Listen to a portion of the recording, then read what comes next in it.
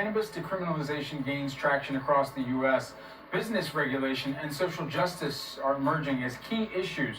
Joining us now is Dianna, who is the chair of the Cannabis Regulatory Commission in New Jersey, and also Kaliko Castille, who is the vice president of the Minority Cannabis Business Association and CEO of Thunderstorm Strategies. Great to have you both here with us today. Dianna, first question goes to you. What is your first order of business to ensure racial equality in the cannabis sector? Thanks for having me. It's great to be here with you and you, Kaliko. So the first order of business really will be to make sure that everyone in the Cannabis Regulatory Commission in New Jersey is up to speed on the new laws that are going to be in place. And then once that has happened, we really have to hit the pavement. I want us to be out in the community so that people know who we are, what we're about, and what our vision is for the cannabis industry in New Jersey. And then we've got to get to work. We've got a lot of work to do to make sure that equity is at the forefront through our regulations. And I'm excited for the opportunity to start that work.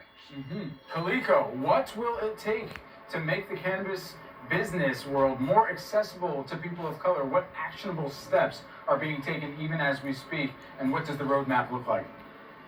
And I appreciate it. I think from a high level and getting into the actionable is that ultimately, as Dianna was saying, social justice and social equity needs to be at the sort of center of this conversation. And I think one of the pieces that kind of often gets left out of that conversation is this portion of economic justice, right? And I think that's where we're talking about being able to make sure that minority cannabis business owners have access to the market, whether that's having priority access to the marketplace because they've been disproportionately impacted, or whether that's being able to have funds available so that these cannabis business owners are able to start up their businesses without having to go out for, I would say, vulture capitalism, vulture capitalist dollars to run their businesses. So I think it's really important that we are creating pathways to access, both through priority licensing structures and also through reduced fees, as well as access to capital and also business development services so that these small businesses are able to compete in the marketplace against some well-capitalized businesses. Let me insert some statistical trends into this conversation just to give a sense of how important this topic is. The ACLU data shows the black arrest rate for marijuana possession is significantly higher than the white arrest rate. Dianna, what would you say to those who don't believe that this is a civil rights issue? Well, I'd do what you just did and show them the numbers. Really, the numbers don't lie here. With Black people across the country being disproportionately arrested for cannabis possession, in New Jersey, they're more than 3 times more likely to be arrested for possession. These have very real impacts on people.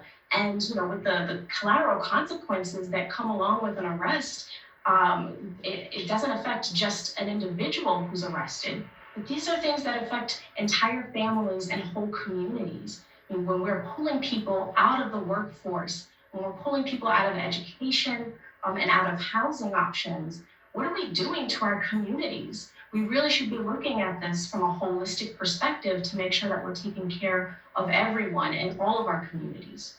As we create these opportunities, Kaliko, I wonder, what are some of the most commonly asked questions that you're hearing from minority entrepreneurs wanting to break into the cannabis space?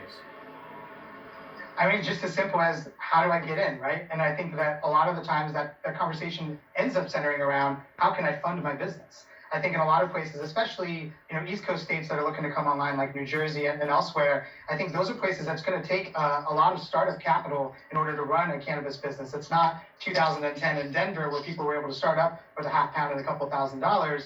Like, I do think it's ultimately trying to get access to capital, is trying to get access to business development services. A lot of folks who are coming from the traditional market and then trying to get in to the regulated marketplace, a lot of those folks have never ran a business before. They don't know what it's like to run a P&L sheet. They don't know what it's like to pitch for investment. They don't know what it's like to make sure that they're not getting screwed when it comes to those investment parameters. So I think it's just really important that we're giving access to people so that they can educate themselves. And that's where it's really important as we're writing these laws and as we're writing regulations, that we're making sure that equity, especially economic justice, is at the core of that conversation. I want to allow this last question for the both of you. What is the biggest hurdle to a marijuana space that is inclusive and equal? And what are some of the first steps that we need to be taking in order to get there? Dianna, I want to start with you.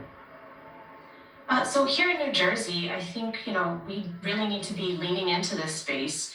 We're going to be starting something new that's never been done before in New Jersey, developing a regulated, legalized cannabis industry. But the good thing is there are networks of regulators across the country, advocates like the NCBA, who have been doing great work to make sure that we share as much information as we can about all the creative ideas that people have been bringing to the table to make sure that we are offering meaningful opportunities for people to have ownership opportunities here, to get a job, to operate a business themselves and have some ownership equity. And so I think it's imperative that we be mindful that we are leaning into these new spaces, but not shy away from that either. We need to be willing to revisit any laws or regulations that aren't working for us so that we can continue down the path for equity.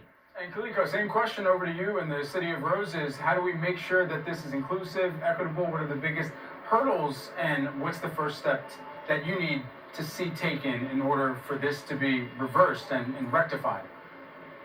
Yeah, thanks. I think Dianna really hit the nail on the head. It's education ultimately, right? I mean, we're dealing with trying to overcome decades of misinformation when it comes to cannabis and cannabis policy, and ultimately these elected officials have spent their entire careers not wanting or not willing to learn about cannabis, and now they're having to do that in a reduced time frame.